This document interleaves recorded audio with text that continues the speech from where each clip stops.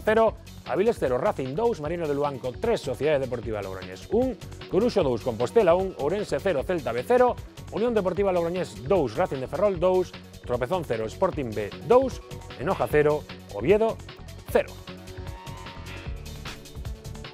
Xa está connosco Gustavo Varela. Gustavo, que tal? Que tal, Óscar? Unha xornada, bueno, con dous derbis, claro, non podían gañar todos, o Racing que empatou na Rioxa, bueno, non estivo mal. Dous derbis e ademais é unha fase do campeonato na que vai haber moitos derbis e que ímolos a vivir moi intensamente na segunda canle da Televisión de Galicia. E agardemos que sexan apaixoantes como os que houbo. Emocionantes seguro, porque acostuman a ser esos partidos, Sí.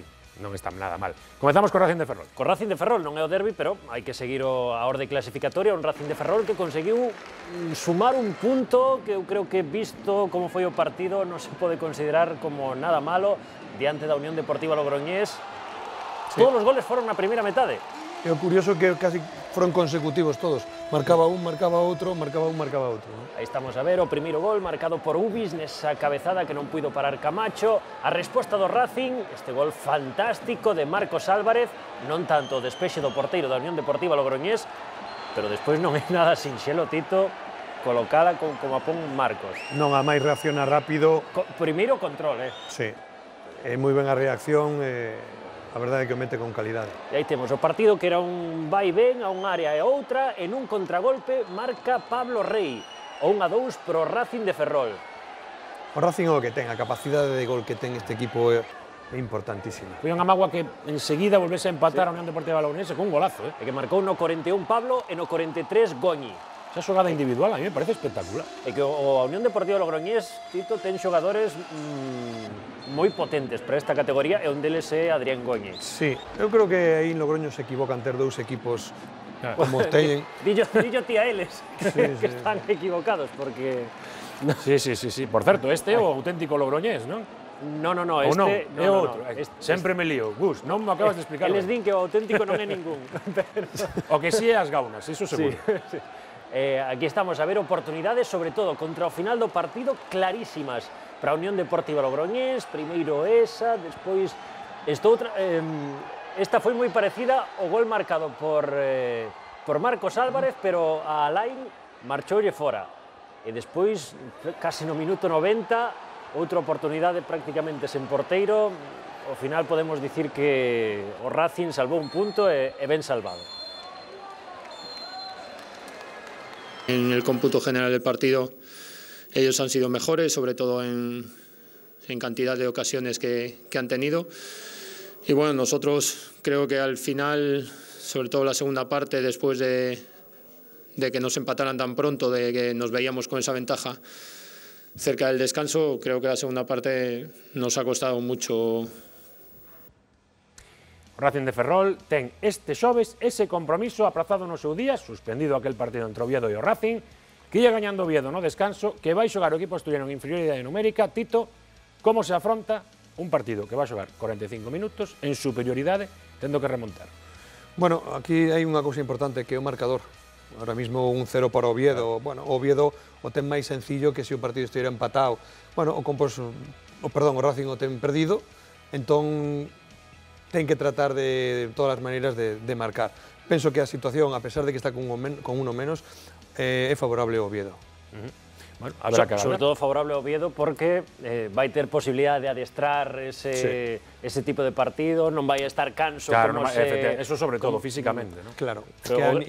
O gran prexudicado foi o Racing nese partido. Sin duda, totalmente. Pois nada, veremos que pasa. Todo iso vai pasar o xoves, cando se reanuda ese partido entre Oviedo e o Racing de Ferrol. Imos agora cos derbis. Comezamos co do Couto, con ese campo que, en fin, cada vez parece menos campo de fútbol. Bueno, o principio de temporada aquilo non era un campo de fútbol, era unha leira. Despois foi mellorando o campo, pero, bueno, agora a cousa segue. É que, de feito, hai que lembrar que Ourense xogou un partido en Berín, quero lembrar, para arranxar todo este problema. Bueno, pois... A verdade é que as condicións climatolóxicas non axudan nada este ano. E o campo provoca cousas como ese xiro de Juan Martínez, que o ano pasado sufriu unha lesión gravísima. Agardemos que non sexa nada. Dende logo a mellor das sortes para Juan, pero non tiña boa pinta. Un partido no que houve moitos lanzamentos ao pau, este de Llebra incluso con polémica. Hai ou non penalti de Soto. Este sí que é penalti. Para mí sí, claramente. Este sí, porque os brazos totalmente separados para tapar e quere tapar ese disparo. O balón que foi ao largueiro, despois remate de cabeza de Adrián Cruz, balón ao pau. Estábamos no minuto 40 da primeira metade. A verdade é que Ourense tivo ocasións, creo que de sobra para poder levar o partido final. O Ourense que ten unha falta de gol e dos equipos da parte alta da clasificación, o menos goleador é de longo, tan só a Unión Deportiva Logroñés ten menos goles que eles, está de 14º, e os outros equipos que ten menos goles que eles están en postos de descenso. Aquí un paradón espectacular de Rubén Blanco, logo dun disparo de Iker Alegre, e ao final incluso puido gañar o filial do Celta con esa cabezada de David Goldar. E ao final o que falaba claro era, como sempre, Luisito. O fútbol ten estas cousas, hoxe creo que o Celta B, pois aquí apareceuse a Virxen de Fátima, Jesucristo disfrazado de porteiro, porque iso non é normal, non? A verdade é que me río por non chorar, porque ao equipo non lle podo reprochar nada, de 10, o equipo estuvo inmenso. La verdad que hemos sufrido pues como animales, ¿no? Si se da este partido al principio de temporada, pues te hubiese dicho que hubiésemos perdido 3-0 o 4-0, mereció más el Ourense, hay que ser sinceros, pero bueno, tenemos que estar contentos porque hemos sabido sufrir.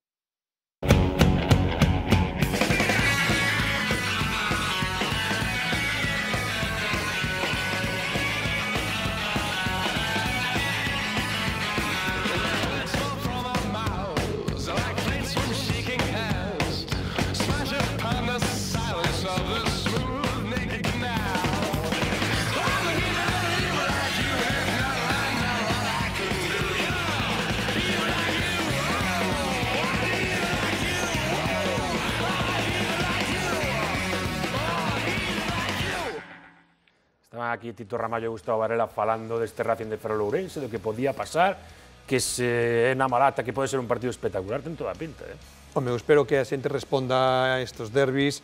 Bueno, ademais os dos están arriba, se están xogando cousas importantes, e creo que é o momento de que, bueno, que dous equipos galegos cheguen ao final de Liga nesas posicións. Vai ser un partidazo. Agardemos que cheguen, ademais, segundo Racing e cuarto o Clube Deportivo Ourense. Claro, veremos que pasa os xoves e en que condicións chegan. Sí, podría ser dous equipos en postos de promoción de ascenso. Como dicía Tito, canto nos gustaría que a Malata resistara unha gran entrada, que houvese un gran ambiente, para ver tamén ese partido aquí na Liga das Cidades con todo ese ambiente nas bancadas. E que poida ir moita xente de Ourense. Bueno, fenomenal. Pois nada, outro derbi tivemos desta xornada, Gus, que temos que falar tamén. O Coruxo, gañou o Coruxo.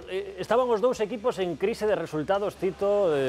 Dos dous tiña que perder, ao final gañou o Coruxo. Hai un dato do Compostela que me chama moita atención. É o quinto partido no que comeza gañando e acabanlle remontando. Non só empatando, hai houve partidos que comezou gañando e empataronlle, senón que lle remontan o partido. Va un pouco ca idea de xogo, non? Que ten como modelo, un xogo moi atrevido, ofensivo, e que lle costa un pouquiño pois cerrar os partidos ou temporizalos un pouquiño máis. Aí estamos a ver, adiantouse a Sociedade Deportiva Compostela, minuto 18 da segunda metade. A falta que saca Gonzalo, non atrapa Fernando e aparece Nacho para marcar a porta baleira. Ainda queda moita liga, pero sí que se pode decir, Gus, que este encontro para o Coruxo era casi a vida ou morte. Sí, o Coruxo... Gañalo ou... Isto significa engancharse. Claro, engancharse. Isto significa engancharse, estar a tiro de pedra do Tropezón, do Compostela, dos dous equipos da Rioxa. Bueno, e o Coruxo que empatou foi outra das chaves do partido.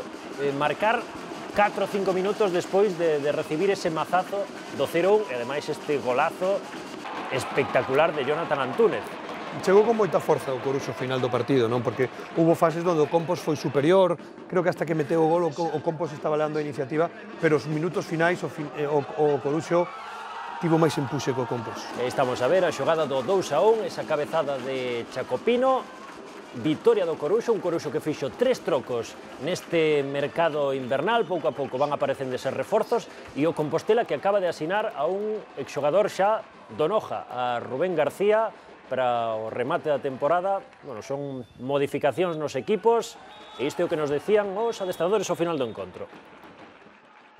El equipo de Logroño el otro día volvió a remontar un gol del equipo local. Hoy vuelve a remontar otro gol. Es decir, que el equipo quiere pelear. El equipo va a pelear y el equipo va a sufrir lo indecible por sacar los partidos adelante para conseguir mantener la categoría. Lo que nos está pasando habitualmente, ¿no? De que, bueno, hacemos méritos para sacar puntos y al final, pues, no último intre pues, sempre se nos escapan e, bueno, está sendo unha tónica final, non, nestes últimos encontros. Comentarios tamén dos nosos espectadores respecto á segunda División B. Eu quería preguntarvos pola situación do Compostela. Estábamos a falar agora, eses partidos que perde despois de ir gañando. A situación que atopa agora o equipo de Freddy, moi preto deses postos perigosos. Non sei se unha vez que entres nesa dinámica, Tito, é complicado sair. Bueno, todavía ten tempo, sí que non empezou ben despois do parón, está empezando ahora, como decía Gus, a incorporar novos xogadores, Rubén García un medio centro de contención, bueno. O que non sei se é preocupante que nos últimos minutos de partido adoita a recibir mazazos. É dicir, non sei se vai de máis a menos nos partidos.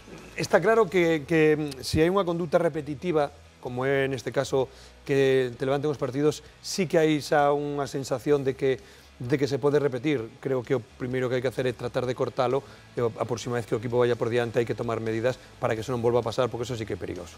E quería saber tamén a vosa opinión sobre o estado do céspede do Couto e como lle afecta iso ao Ourense cando xoga como local. Eu creo que moito. Afectalle moito, aínda así. Bueno, digo, a Ourense lle afectaría a calquera equipo do mundo, claro. Bueno, Ourense e os equipos visitantes que veñen ao Couto.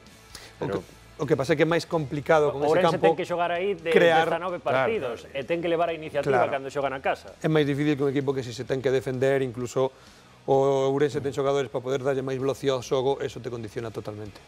Pois nada, é o momento de repasar esa clasificación da segunda División B, así están as cousas. O Racing de Santander é o líder con 38 puntos, o Guijuelo segundo con 36. A aclaración que sempre facemos, Oviedo de momento ten 35 puntos porque sumamos os 3 que conseguen momentáneamente ante o Racing de Ferrol. Lembren, o vindeiro